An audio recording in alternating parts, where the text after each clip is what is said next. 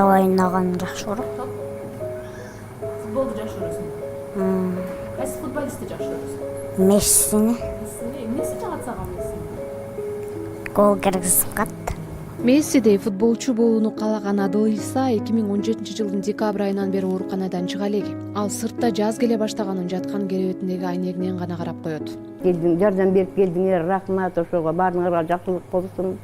Анан эми дагы ошо силерден үмүттөнүп, эл журттан дагы кайрылып атам да, тайнеси катары. Бир тууган тушкандарыбыздын атынан баардыгына мурунку ыраазычылык билдирем. Адылиса Сейдинов азыр 10 жашта, уялчаак бала, бирок башынан көп нерсени өткөргөн. 3 жашында энесинен айрылып, атасы башкага үйлөнүп кеткенден кийин агасы экөө улгайган тайнесинин колунда калышкан.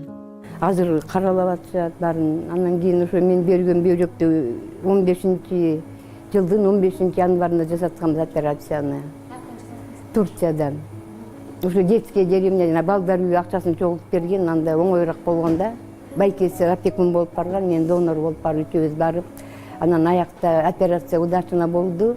Анан болгондон кийин 2 ай аякта болдук, реабилитация болупчу. Андан бияка келгенден кийин дагы анализдерин постоянно берип турчубуз.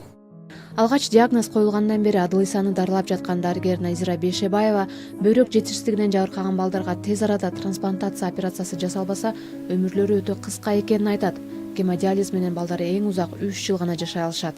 Абдылыса азыркы учурда бөйрөк алмаштыруу операцияга муктаж болуп атат. Эми бул экинчи жолкусу.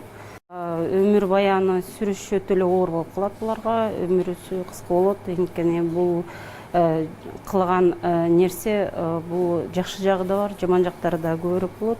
Бул өскөн өспүрүмгө бул өтө оордукту тез алып келет.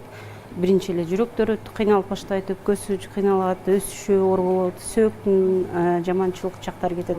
Ошол болбосу үчүн биз негизи дүйнө жүзүндө бул балдарды көп узарттырбай кайра бөйрөк алмаштырууга кирген. Дарыгерлер азыр Адылиса сыяктуу бөйрөк жетишсиздигинен жабыркаган 10 балдарды карап жатышат. Улуттук эне жана баланы коргоо борборунун жасалма бөйрөк бөлүмүнө түшкөн бейтаптардын эң жашы бир нече күндүк наристелер. Эми бизде Кыргызстан боюнча перитонеальный диализ жок болуп атат да. Андай ошо дүйнө жүзүндө мисалы балдарга 5 жашка чейин перитонеальный диализ жасашат да. Сизде бизде жок, ошон үчүн көп балдар чыкпай кетип атат да. Ошо чарчап калып атышат.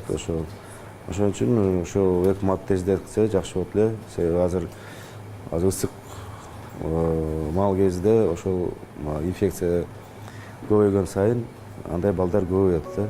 Бөлүмдөгү жабдуулардын эң эскиси 1996-жылкы, ал эми эң жаңысы 2007-жылы чыккан аппараттар.